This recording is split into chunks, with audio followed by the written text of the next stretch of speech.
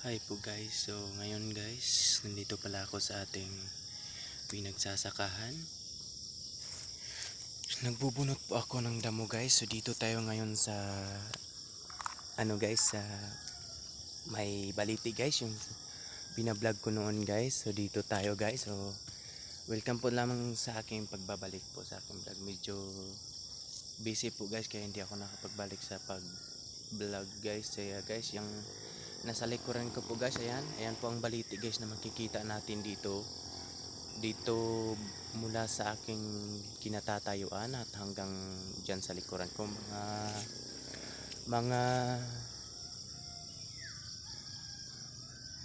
mga 3 meters siguro guys papunta sa baliting yan guys. So guys, may kwento din itong baliting ito guys, mayroon daw big treasure din sa kanyang tinatayuan na sa ilalim.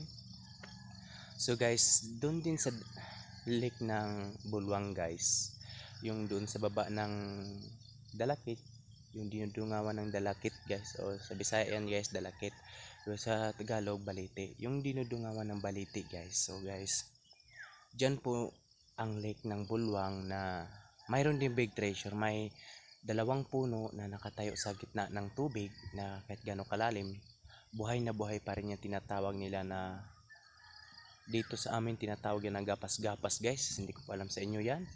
Sa inyo bulak po guys. Yung gapas-gapas sa inyo guys, bulak yan guys. Dito isang kahoy na mabubuhay sa tubig guys, na kung tatawagin din sa iba, bakhaw daw guys. Pero hindi siya bakhaw guys. Papakita ko sa inyo mamaya guys ang puno na sinasabi ko sa inyo na nabubuhay sa gitna ng tubig. So dito tayo guys sa ating pinagsasakahan guys, bago pa lang ako nakapagtapos sa pagbubunot ng damo dito sa may pinagsasakahan namin guys. Yan guys, yan yung nasa likuran ko guys, yan po ang binubunot ko na damo para malinisan yung kamuting kahoy.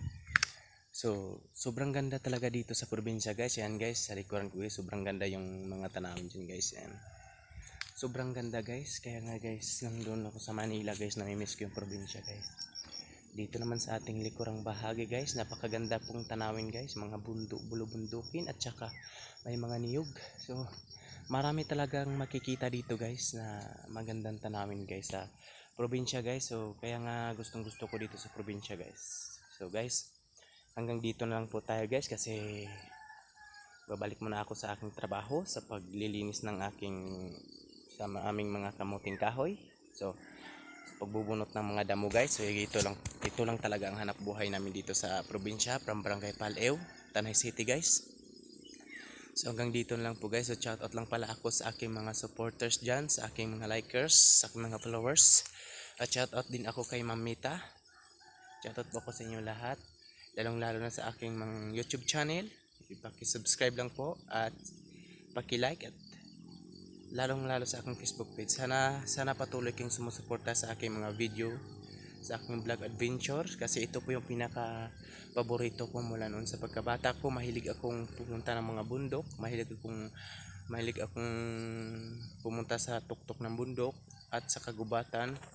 Mahilig din ako dumidiskubre sa mga anong gusto kong diskubrehin. So guys, marami dito sa probinsya guys ng Barangay Pal-ew guys, marami pong mga big treasure dito na hindi na namin makukuha kasi wala kaming gamit. So at saka hinuhuli din ng mga kumukuha sa mga ganyan, kaya pinapabayaan lang din namin guys. So hanggang dito lang po tayo guys. So maraming salamat po sa inyo, at mag-ingat kayo dyan, at mag-ingat din ako para sa inyo, at gagawin ko ang pag-adventure na kahit saan ng paghahanap ng mga magandang tanawin para sa inyo guys. So maraming salamat po guys. So hanggang sa huli guys, hanggang sa susunod nating video vlog para Barangay Pal-ew, Tanay City. So maraming salamat po. Thank you po so much. Bye bye and God bless po sa inyo lahat.